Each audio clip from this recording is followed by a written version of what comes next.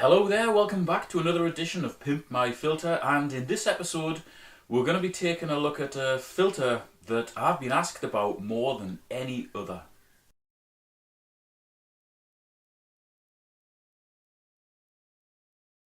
This one is the Eheim Professional 4 Plus 600, and I think there's been some media left in it as well, so we're going to get this out of the box, open it up, take a look, I'll explain how it works, and then we'll see what we can do, if anything, to make it more efficient.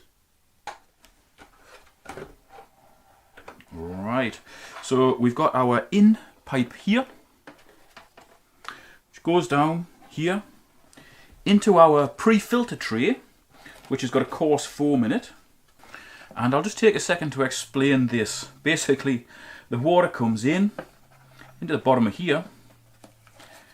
It then swirls around in here, all the heavy muck settles out in here, gets caught in the foam, water rises up, goes down through here, all the way down to the bottom of the canister before rising back up and out of the centre of here, which has got a little flappy valve. And this particular part fits on here, and that's where our pump is. So our pump draws the water out, spits it back to the tank. There is an extra part here which is found in the plus versions of these filters, and that allows the flow to be altered, but I'll explain that once I've actually set it up. So that's our pre-filter tray. And then we've got 1,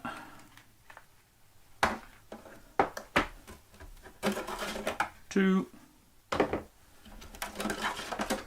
3, 4 main trays. And unfortunately, unlike a lot of the older Eheim filters, we don't have space in the bottom of here to put any rings as a primary settlement. But we do have that pre-filter, which should act as the primary settlement. So we'll get that out the way and have a look at the trays. So from bottom to top, water rises up through this stuff, which is a plastic mech media.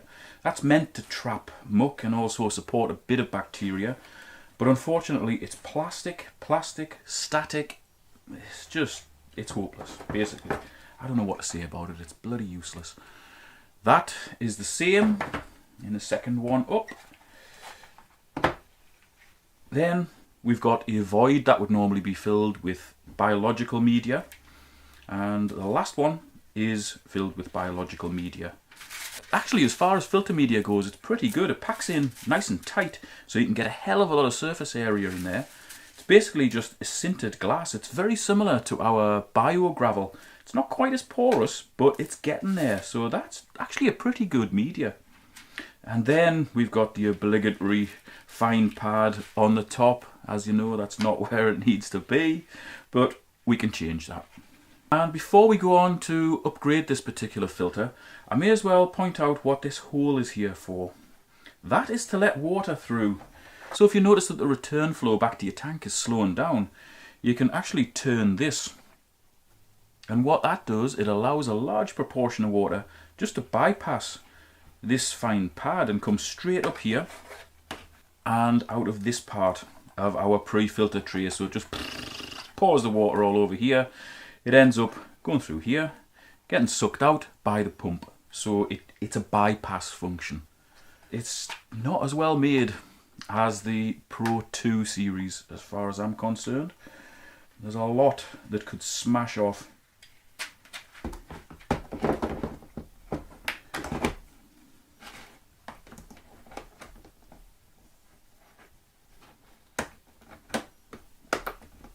They do fit together, but you have to be very careful. If you're a bit rough, you're easily going to smash these little fittings off. And I'm actually not a fan of the fiddliness of it. You know, all these little fittings. I mean, you slip when you're carrying one of these, you drop it, smash, that's gone, you know. Oh, God.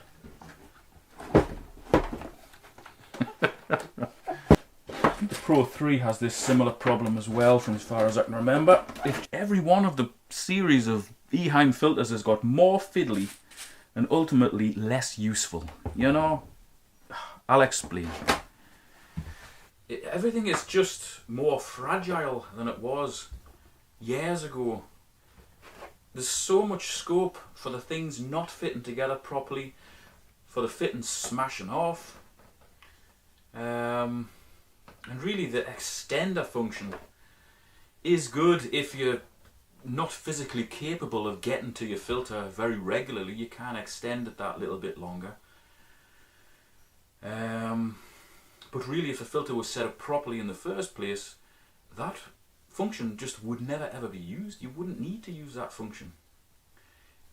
This is frustrating.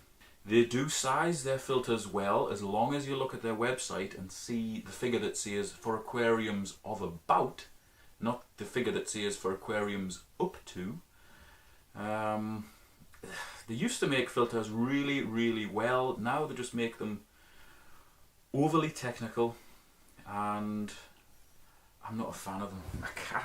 I would love to be excited about this, because I know there's so many fanboys out there who are excited about this, and they're going to really defend this particular range of filters to the hilt, but I just can't do that. You know, I've got no allegiances to any company or any particular type of filter. I just want something to be good that I know is going to last for many, many years. This is a step backwards. I'm going to stop going on about it now though, because people are just going to think I'm on a rant. And I don't like rant videos, because generally they have no sort of weight to them whatsoever. My concerns with this, however, are 100% genuine. Right, that is how our filter is set up. So we've got the pre-filter in the top that water comes into, goes down the side of here, rises up through the trays. So in the bottom tray, remember, we've got our plastic mech media. Next tray up, we've got more mech, and that's far too much mech. Then we've got nothing. That would normally be filled with biological media. And then in the top one, we've got some good biological media, and we've got a fine pad. So that's how it is set up, that's how it's recommended to be set up.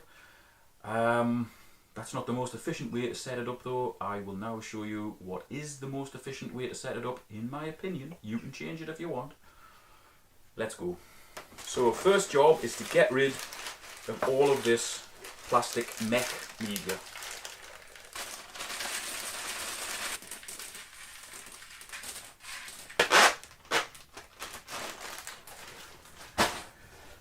Right, that is all of our Mech Pro gone from the filter. We may as well chuck the pad away, it has been used. And we're going to tip this Substrat Pro out as well. It's okay, certainly better than ceramic rings, but we can do better. Right, so we're going to leave the pre-filter tray exactly as it is. Nothing really we can do to that, so that one is going to be left with the Eheim blue pad in there. It's actually the only thing that we're going to be keeping from this setup.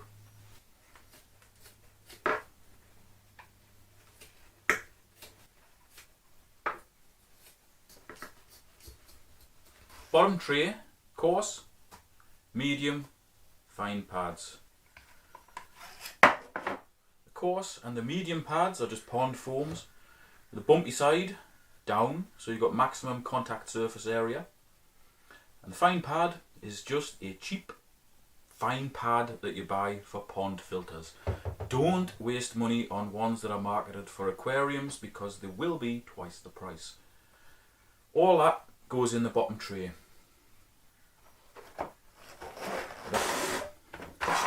That will ensure that all the muck in the filter, apart from what is in the pre-filter, will be held in the bottom third of the filter. It won't be in amongst all your filter media, clogging it up and making it inefficient. It'll be held below this in here, exactly where you want it. And on top of there, we've got 3 media trays left. So we're going to fill them all with biological media to combat the ammonia, nitrite and nitrate in your tank, because we're going to be using the Biohome Ultimate. I'll fill all the trays and then I'll let you know exactly how much we can get in each tray. Okay, that fits on there well. Another thing about these trays though is they can just drop inside each other like that.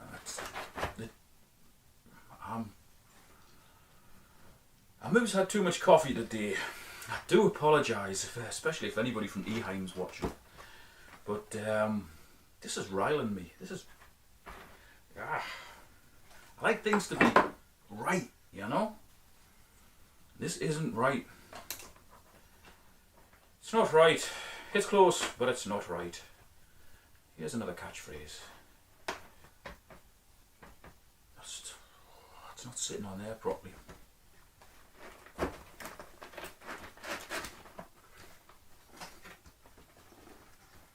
Yeah, that's a little bit better. I'm just going to bring the camera in to show you one of the problems, just one of the problems with these trays. Okay, so in our pre-filter tray we've got a solid piece here, and that creates a tube which goes all the way down, and that's where our water goes after it's milled around in here, all the way down there to the bottom, rises up through the trays. So we'll take this off.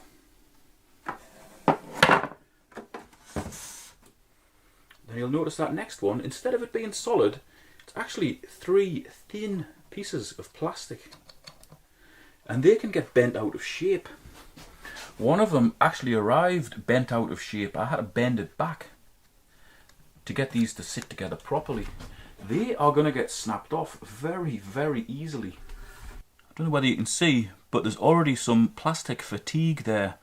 When this arrived, that was actually like that on the outside. So as these were pressed down, that is weakened. Eventually that was going to get snapped off. And because these don't lock together all the way, you lose that, the water's going to come down here, pee out the side, and because the trays don't fit together properly, you're going to get bypass. That is a shocking design problem from a German manufacturer. And I haven't even mentioned the clasps. They are weaker than I have seen on any other Eheim filter. I don't know what, I cannot think what they were thinking of. I really don't know. The German companies pride themselves on design and quality of construction and efficiency. This flies in the face of all of that. Another German manufacturer, which is Tetra, also make canister filters. When they came out initially, I wasn't very pleased with them. The quality of construction wasn't too good. However, successive models have got better construction, they're just better all round. They're certainly better all round than this generation of Eheim filters. So, man, I didn't get this riled up when I took a look at the Boyu EF25, which was a god-awful filter. That's made in China.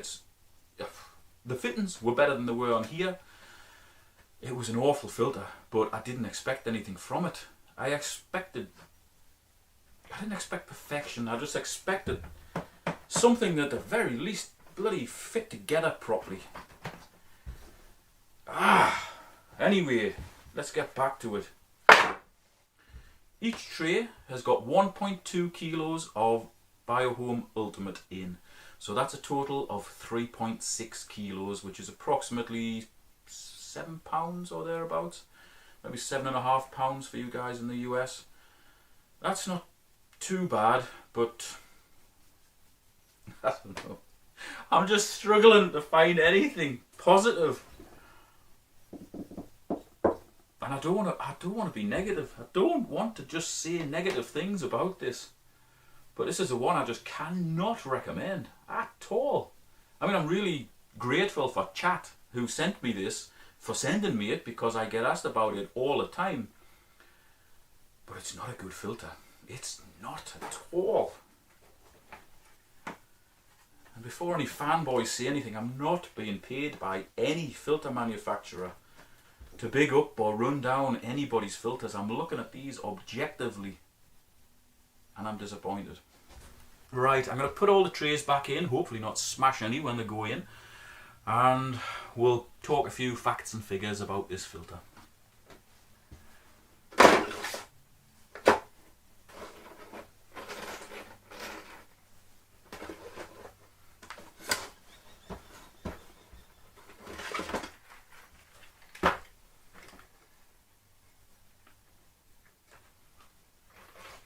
Right, I'm going to have to keep that one for the top. That's the one that's bent out. It doesn't fit together properly now. That one looks okay. That one's been bent out, but it's sitting a little bit better, so I'll put that one in. Now luckily you can see through the side of this, so that is a positive. You can check if the trays are sitting together properly. That one is good.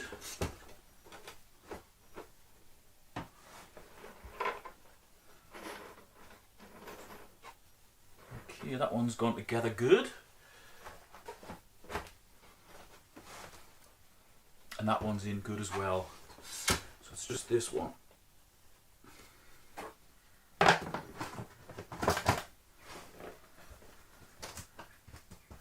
Oh, come on, come on.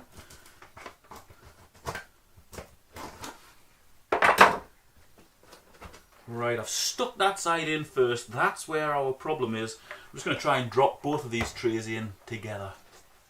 And hopefully hit the mark. Oh man!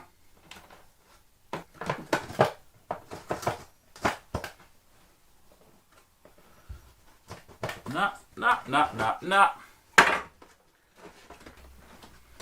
Oh, come on, man. How way?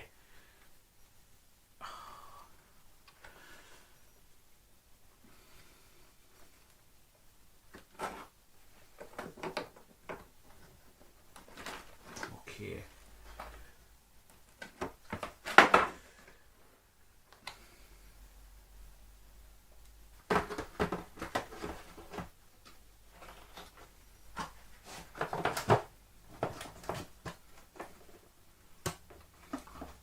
Right. At the risk of snapping that little bit off, I've managed to bend it in and get everything fitting together perfectly. But this is the edited version you're watching. I've cut out so many swear words. If this was my own filter, I would have smashed it. I literally would have taken it outside and had a grip big mel and smashed it to pieces. That might sound like blasphemy for something so expensive, but that's just how I feel.